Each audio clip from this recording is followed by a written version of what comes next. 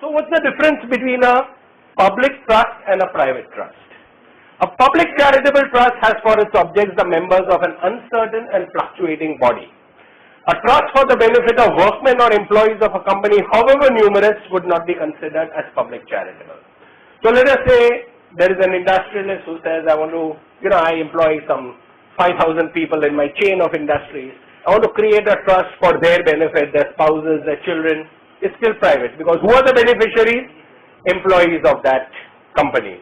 Or you create private trust sometimes for families. You put all your property into a private trust and then you create a will under which, after that, usually done by families who have certain children with disabilities or mental disabilities and things like that.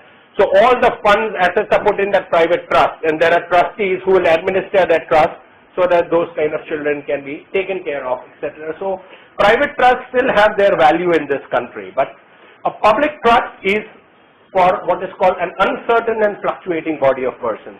But yet, I need to clarify that you can even create a sectarian or a communal trust as a public charitable trust. And there are trusts which are only for specific religious communities or denominations, only for the Jain community, only for the Christian community, only for the Parsi community.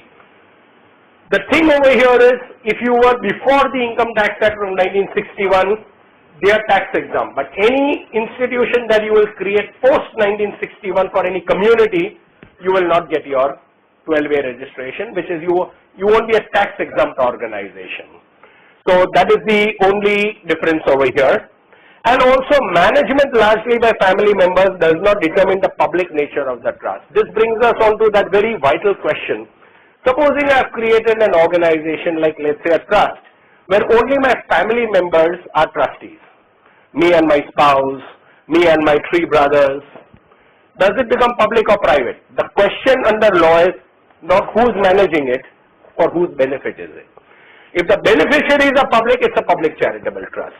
No one questions the management there. Of course, when we talk of good governance, it may not be a good idea having only family members because the Home Ministry is the only department which has put the guidelines that not more than 50% blood relatives on your board.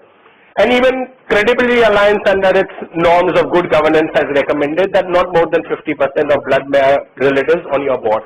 But having said that, under law, you want to register your trust, let's say with the Charity Commissioner in Maharashtra, even if you have 100% family members, the trust can get registered. Income tax also does not have a problem with that. The only stop which has been put over here is by the Home Ministry under its guidelines. It's not even under the Act or the rules, but the guideline says you should not have more than 50% blood relatives, and which is acceptable from the point of view of good governance. But having said that, in law, management which is private does not determine the public nature. If your beneficiaries are members of the public, it's a public charitable organization. So clear on that?